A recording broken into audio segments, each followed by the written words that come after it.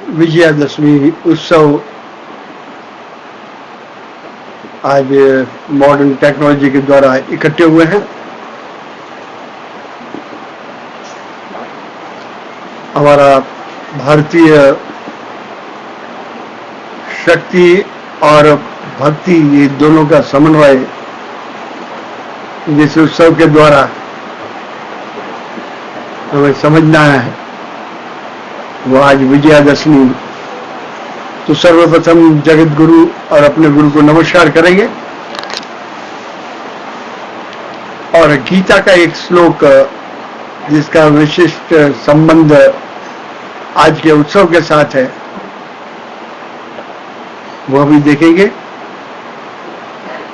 गीता की पूर्णाहुति करते हुए महर्षि वेदव्यास ने संजय के मुख से ये श्लोक उनके मुख से निकलवाया। अंतिम श्लोक 700 श्लोक का महान ग्रंथ और युद्ध भूमि पर युद्ध शुरू अभी हुआ नहीं है और युद्ध का परिणाम डिक्लेयर करने वाले संजय वो अंतिम श्लोक साथ में गाएंगे। जिनके हाथ में गीता है मेरे साथ गाते जाइए। लेकिन जगत गुरु अपने गुरु को प्रथम नमस्कार करके प्रारंभ करेंगे।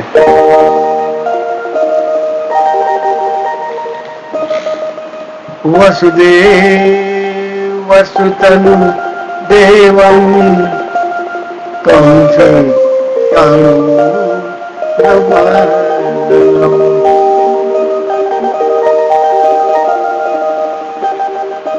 देवकी परमानंदम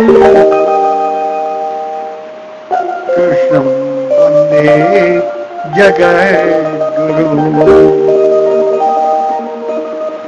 गुरुर्ब्रह्मा गुरुर्विष्णुः गुरुर्देवो महेश्वरः। गुरुः साक्षात् परम ब्रह्म तस्मै श्री गुरवे नमः।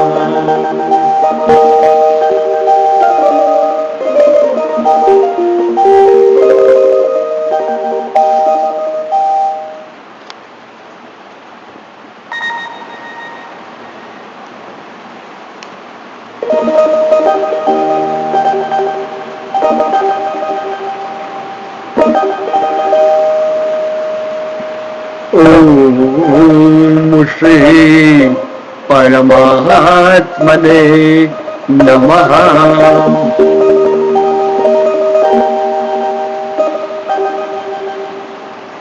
संजय उवाच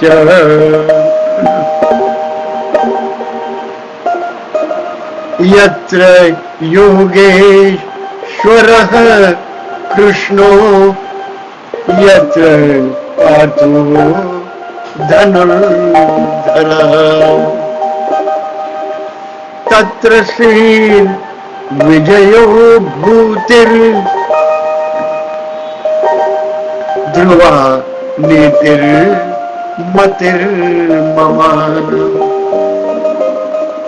ध्रुवा नीतिर्मतिर्मम।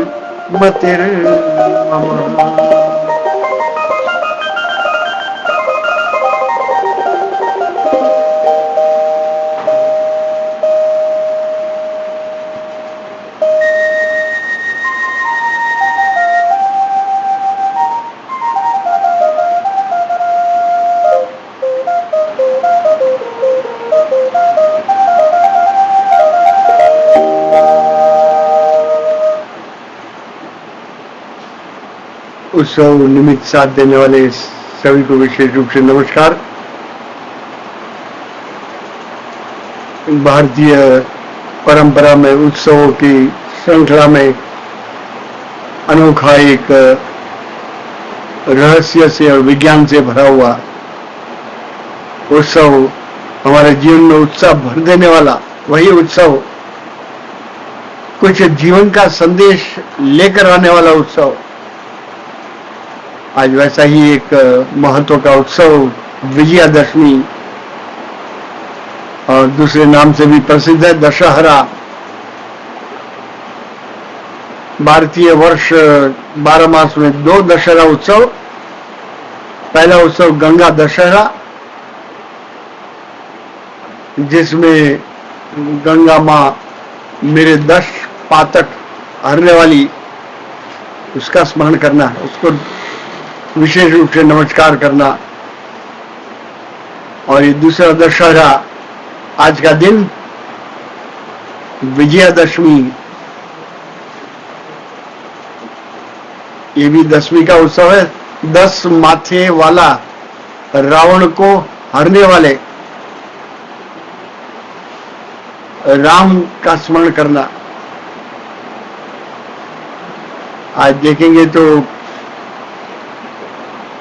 उत्तर प्रदेश, मध्य प्रदेश, हिमाचल प्रदेश, गुजरात आदि जगह पर रावण का बहुत बड़ा पुतला बनाया जाता है, और जिसको आतिशबाजी के द्वारा उसको मात कर दिया जाता है, उसको उड़ाया जाता है। वह इस प्रसंग को देखते हुए आज ये विजयादशमी का उत्सव, उसका स्मरण करेंगे। बहुत ही गहन रहस्य से भरा हुआ। तो आज के श्लोक का अर्थ, यत्र योगेश्वर कृष्णो यत्र पार्थो धनुर्धर, जहां पर कृष्ण और हाथ में धनुर्धारी अर्जुन है, वहीं पर तत्र श्रीर विजयो भूतिर, वहां पर विजय निश्चित है। बहुत ही सुंदर। तत्र श्रीर, वहां पर लक्ष्मी है, विजय है, कल्याण है, और वहां पर शाश्वत नीति है। नीति है, फॉर्मूला जैसे साइंस में होती है, वैसी ये नीति, शाश्वत नीति, परमानेंट है।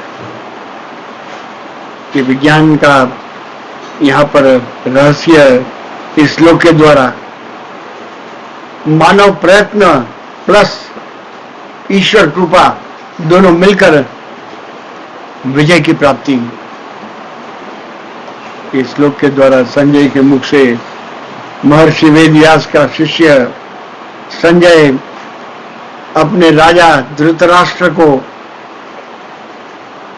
महाभारत का युद्ध अभी प्रारंभ नहीं हुआ है, उससे पहले ही युद्ध का परिणाम घोषणा कर दी है। यत्र पार्थो धनुर्धर, धनुष बाण लेकर जहां पर अर्जुन खड़ा हुआ, और साथ में कृष्ण, यत्र योगेश्वर कृष्ण। ये समझ में आ जाए तो हमारा जीवन ही बदल जाएगा। आज व्यक्ति विशेष रूप से प्रयत्न करता है कुछ प्राप्ति के लिए, लेकिन जब तक ईश्वर कृपा साथ में न रहेगी तब तक वह सफलता दूर ही रहेगी।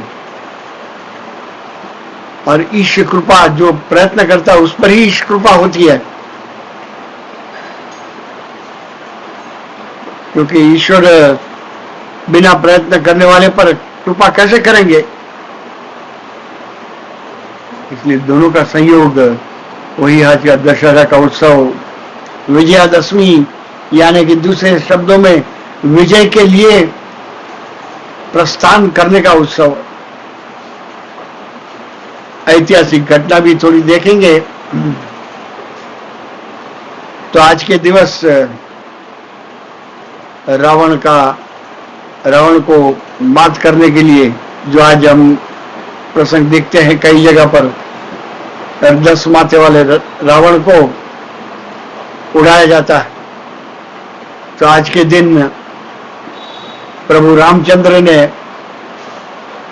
प्रस्थान किया था विजय की कूच रावण को मात करने के लिए। वही आज उत्सव के रूप में विजयादशमी। दूसरा एक ऐतिहासिक प्रसंग भी देखेंगे। छत्रपति शिवाजी महाराज, उन्होंने भी मुगल सल्तनत औरंगजेब उसको परेशान करने के लिए और हिंदू धर्म का रक्षण करने के लिए आज के दिन प्रस्थान किया हुआ था, विजय कूच। इन दोनों का स्मरण इसके साथ जुड़ा हुआ। ये आज विजय के लिए प्रस्थान करना वही आज के उत्सव का संकेत। अभी भारतीय संस्कृति को देखते हैं, भारत पीस लविंग नेशन, शांति प्रिय राष्ट्र है। लेकिन जैसे शांति प्रिय राष्ट्र है वैसे ही वीरता का पूजक है, शौर्य का उपासक। इसलिए तो आज के उत्सव निमित्त कई इतिहास में हिंदू राजा ने प्रस्थान किया हुआ विजय के लिए। व्यक्ति और समाज के रक्त में वीरता प्रकट हो जाए, इसलिए उत्सव है। नवरात्रि के 9 दिन शक्ति रूप मां की उपासना करके, शक्ति प्राप्त करके, क्योंकि नमस्तस्यै नमस्तस्यै नमस्तस्यै नमो नमः, या देवी सर्वभूतेषु शक्ति रूपेण संस्थिता। शक्ति की प्राप्ति होने पर 9 दिनों तक दुर्गा मां ने महिषासुर के साथ, असुरों के साथ युद्ध करके 10वें दिन आज विजय प्राप्त की है, उसी का उत्सव। असुरों पर आसुरी वृत्ति का पराभव करना वही आज के उत्सव का मुख्य कारण। शक्ति और भक्ति का समन्वय समझाने का, क्योंकि हमारी भारतीय संस्कृति में शौर्य का बहुत बड़ा महत्व है। रघुवंश देखेंगे तो प्रत्येक रघुवंश में आने वाले क्षत्रिय धर्म के रक्षक, और स्वयं राम और कृष्ण ने भी आसुरी प्रवृत्ति को समाप्त करने के लिए अवतार लेकर नीचे आए हुए।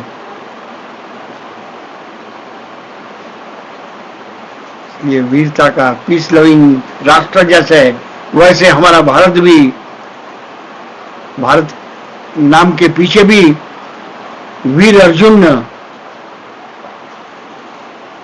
उसको टाइटल मिली हुई है महाभारत के युद्ध, यदा यदा ही धर्मस्य ग्लानिर्भवति भारत। ये गीता में 28 बार अर्जुन को भगवान ने, जैसे पार्थ प्रिय नाम था वैसे ही भारत नाम से पुकारा हुआ। सिंह के मुख में उसके दांत गिनने वाले शकुंतला के पुत्र भरत, एक बालक सिंह के मुख में दांत खोलकर गिन रहा है, इससे बड़ा और शौर्य और वीरता का क्या प्रतीक चाहिए। और इसके नाम से हमारा आज भारत भूमि, भारत माता के नाम से, इसके पीछे शौर्य और पराक्रम। बहुत ही सुंदर। नवरात्रि के 9 दिन शक्ति प्राप्त करने के पश्चात मनुष्य विजय के लिए नाच उठे, ये स्वाभाविक है। शक्ति आने पर शक्ति का प्रयोग शत्रु पर आक्रमण करके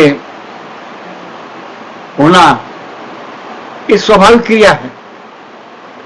इसलिए भारतीय संस्कृति में बहुत सुंदर एक फॉर्मूला लिखी हुई है, यदि युद्ध अनिवार्य हो, यू कैनॉट अवॉइड, यदि युद्ध अनिवार्य हो तो शत्रु के आक्रमण की राह न देखकर, यदि भारतीय संस्कृति की थोड़ी बहुत सुंदर समझ देख ले, यदि युद्ध अनिवार्य हो तो शत्रु के आक्रमण की राह न देखकर उस पर आक्रमण कर उसका पराभव करना, यही श्रेष्ठ राजनीति है। कुशल, वही कुशल राजकीय नेता है। शत्रु आक्रमण करे और अपने को बचाते हुए युद्ध करना, उससे उस पर ही धावा मुड़ाकर आक्रमण करना, यही कुशल राजनीति। रोग और शत्रु एक बार घुस गए फिर उसे निकालना बहुत कठिन है। उसको घुसने से पहले ही समाप्त कर दो, ऐसी कुशल राजनीति। आज का ये उत्सव शत्रु के आक्रमण की राह न देखते हुए, युद्ध यदि अनिवार्य ही हो तब उस पर आक्रमण करके विजय के लिए कूच करना, वही आज का उत्सव विजयादशमी। आज वैसे भी एक बहुत सुंदर नैसर्गिक भी बदलाव है, वर्षा ऋतु की समाप्ति। इसलिए हमारे नवरात्रि उत्सव को शरद उत्सव और शरद उत्सव में वर्षा ऋतु धीरे धीरे समाप्ति की ओर। एक पहला बदलाव ये, वर्षा ऋतु धीरे धीरे वर्षा के कारण धन और धान्य से भरा हुआ। तीसरा महत्व का नैसर्गिक बदलाव, हवामान, अनुकूल हवामान, आकाश धीरे धीरे स्वच्छ हो जाएगा और शरद पूर्णिमा उत्सव के दिन पूर्ण चंद्र दिखाई देने लग जाएगा। बादल सब बिखर जाएंगे और इस युद्ध में सानुकूलता इसी के कारण और जगदम्बा से मिली हुई शक्ति शत्रु के संहार के लिए प्रेरणा देती है। स्वच्छ आकाश, कीचड़ से भरे हुए रास्ते, वह सब धीरे धीरे विलीन हो जाएंगे। ये नैसर्गिक बदलाव भी है। धीरे धीरे शरद ऋतु की आने के कारण सर्दी, गर्मी की समाप्ति, ये बहुत सुंदर नैसर्गिक बदलाव है। और एक अनोखा ही उत्सव के साथ जुड़ा हुआ प्रसंग, शमी पूजन। रघु राजा के पास बहुत ही लोकप्रिय उदाहरण है। रघु राजा के पास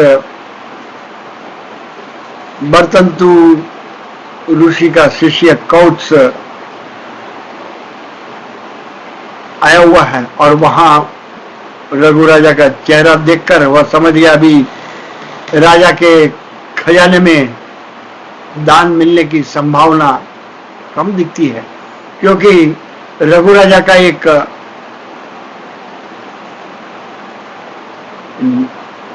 प्रजा के लिए संपूर्ण धनराशि समाप्ति करना, संचय न करके यदि कुछ धन बचता है, इसका अर्थ हुआ लोक कल्याण के लिए इसका इस्तेमाल नहीं हुआ, इसलिए जीरो बैलेंस, उनकी ट्रेजरी में जीरो बैलेंस। ये परिस्थिति में कौत्स आया हुआ, 14 करोड़ सोना मोहर चाहिए मुझे आश्रम के लिए, गुरु ने भेजा हुआ। अभी रघु राजा के लिए समस्या खड़ी हो गई, क्योंकि धर्म संकट था। क्षत्रिय और विशेष रूप से रघुवंश घर आए हुए किसी भी याचक को उसकी पूर्ति किए बिना जाने नहीं देना, रघुवंश की कीर्ति। और उसी के कारण तो रामायण में प्रसंग है बहुत सुंदर। रावण साधु का वेश लेकर सीता के पास दुष्ट विचारधारा के लिए आया हुआ है और वहां लक्ष्मण रेखा के कारण प्रवेश नहीं कर सकता, तब जाकर सीता के पास।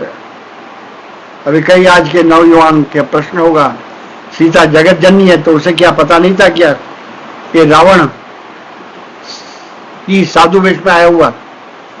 लेकिन सीता के मन में एक रघुकुल, हमारे घर में किसी भी वृत्ति से आया हुआ याचक वापस नहीं जाएगा खाली हाथ। इसी के कारण रघु राजा के पास ये समस्या खड़ी हो गई और धनराशि न होने के कारण पौराणिक भाषा समझने के लिए थोड़ी बुद्धि का उपयोग करना पड़ेगा। कुबेर को अल्टीमेटम भेजा हुआ। अभी कुबेर आज के युग में कहां खोजेंगे? ये कुबेर जो है धन संग्रह करने वाले, संस्कृति के लिए इस्तेमाल न करने वाले, उनको रघु राजा ने अल्टीमेटम भेजा हुआ। आपके पास पड़ा हुआ धन यदि ये सांस्कृतिक कार्य के लिए इस्तेमाल न हो तो फिर इसके परिणाम के लिए अल्टीमेटम मैं लेना भी जानता हूं। वैसी कठोर वाणी के द्वारा अल्टीमेटम दिया हुआ और जिसके कारण वहां के धन संग्रह करने वाले ने यानी कि कुबेर, उन्होंने शमी वृक्ष पर ये सोना मोहर की वर्षा की। ये शमी वृक्ष के ऊपर सोना मोहर की वर्षा की है और वहां पर बर्तंतु ऋषि का शिष्य कौत्स, सोना मोहर तो जितनी मांग की थी उससे ज्यादा आई हुई है, इसलिए कौत्स मैं तो 14 करोड़ सोना मोहर से एक भी सोना मोहर ज्यादा नहीं लूंगा। और रघु राजा, ये आपके कारण आई है इसलिए राज्य के धन खजाने में नहीं आएगी। ऐसा संघर्ष, ऐसा आदर्श सिर्फ भारत में ही हो सकता है। देने के लिए आया हुआ है, वो लेता नहीं। ये उच्च आदर्श। अभी रघु राजा ने बाकी की जितनी सोना मोहर थी वह सब प्रजा को के द्वारा उसको लूट लेने के लिए कहा हुआ, ले लो आप जिसको चाहिए। इसलिए शमी वृक्ष, इसलिए शमी के पत्ते, आज शमी वृक्ष का पूजन भी करते हैं और शमी वृक्ष के पत्ते आपस में बांटकर वैभव बांट कर लेंगे हम। कैसा उदात्त भारतीय जीवन, वैभव बांट कर खाएंगे। ये शमी वृक्ष के पत्ते दिए जाते हैं। ये शमी वृक्ष का दूसरा भी एक कारण, पांडवों ने महाभारत युद्ध से प्रारंभ होने से पहले दिव्य शस्त्र की प्राप्ति की थी, जिनमें पाशुपतास्त्र शिवजी से मिला हुआ था। वह सभी शमी वृक्ष में छिपा कर रखा हुआ है ताकि योग्य समय पर ये शस्त्र युद्ध के लिए प्रयोग कर सके। ये शमी वृक्ष में छिपाए हुए शस्त्र के कारण आज शस्त्र की भी पूजा होती है। वेपन्स,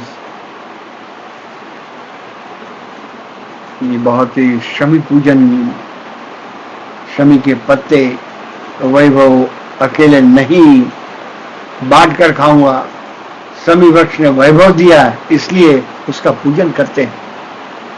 आज हमारे सामने भी ऐसा ही आपस में शमी वृक्ष के पत्ते बांट कर खाना, यानी कि शमी पूजन, ये भी एक उत्सव का एक महत्व का अंग है।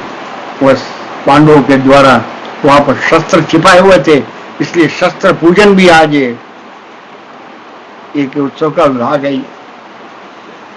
भारत की इस उत्सव के साथ संक्षेप में उपसंहार करते हुए, ये वीरता का वैभव, शौर्य का श्रृंगार और पराक्रम की पूजा, वो तीनों मिलकर शक्ति और भक्ति का समन्वय, शक्ति भी है और भक्ति भी है। असुरों का पराभव करना वो भक्ति है, असुरों का संहार करना, उस पर विजय प्राप्त करना, ये वीरता का प्रतीक है। ये दोनों का समन्वय, दोनों का संयोग। लेकिन एक विशेष बात आज हमारे लिए संदेश के रूप में देखेंगे, जैसे बाह्य शत्रु पर विजय प्राप्त करना, वैसे हमारे भीतर भी षड्रिपु बैठे हुए हैं। विकार के रूप में, काम, क्रोध, लोभ, मोह, मद और मत्सर, इन पर विजय प्राप्त करना। और उसके लिए संयम चाहिए, नियम चाहिए। बाह्य और भीतर दोनों शत्रुओं पर जिसने विजय प्राप्त कर लिया है, वही सच्चा विजयादशमी उत्सव का अधिकारी है। तो आज प्रभु से भी यही प्रार्थना करेंगे, हमारे जीवन में भी आज एक सत्कर्म, आसुरी विचारधारा को समाप्त करना, और ये हमारी भारतीय खजाने में इस उत्सव के साथ शौर्य, पराक्रम और श्रृंगार, ये पावरफुल विचारधारा, इसको व्यापक करेंगे। ये विश्व को हम दे सकते हैं वैसे विचारधारा, लेकिन आज ये उत्सव सिर्फ मिठाई खाकर हम समाप्ति करते हैं। इसके पीछे का रहस्य यदि समझ में आ जाए तो वही सच्चा उत्सव है।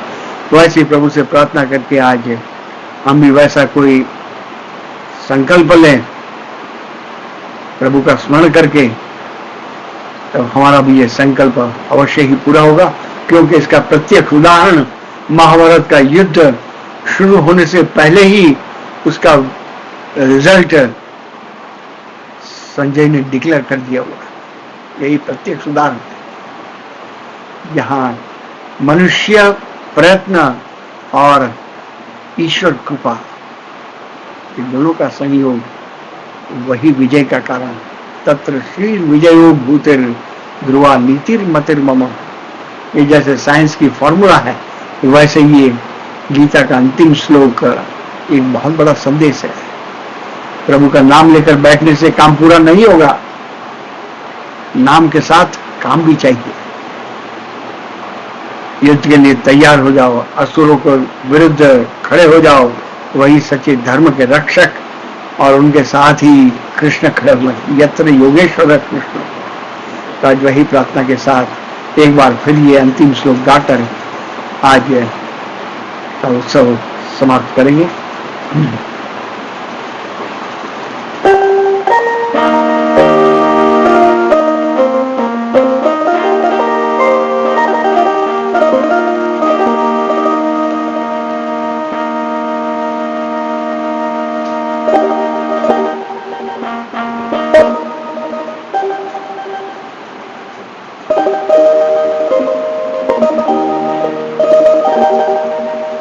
यत्र योगेश्वरः कृष्णो यत्र पार्थो धनुर्धरः तत्र श्रीर्विजयो भूतिर्ध्रुवा नीतिर्मतिर्मम। ध्रुवा नीतिर्मतिर्मम।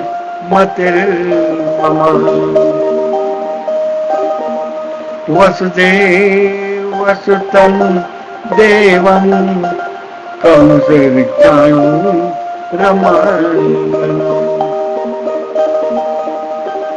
देवकी परमानन्दं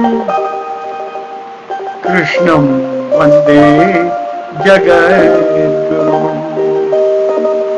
गुरुर्ब्रह्मा गुरुर्विष्णुः गुरुर्देवो महेश्वरः। गुरुः साक्षात् परं ब्रह्म तस्मै श्री गुरवे नमः। तस्मै श्री गुरवे नमः।